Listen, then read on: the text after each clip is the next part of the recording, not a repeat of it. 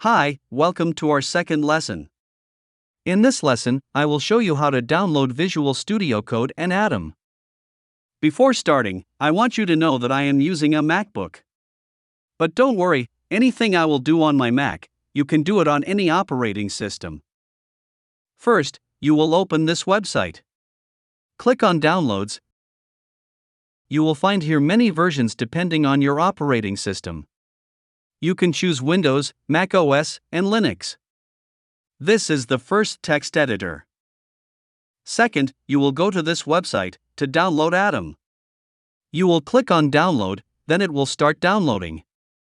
In my case, I prefer using Visual Studio Code as my main text editor, but my advice to you is to download both text editors and try using them together. Then choose your favorite one or the one you like more to be your main text editor. That's for today. Thank you for watching, and see you in the next lesson.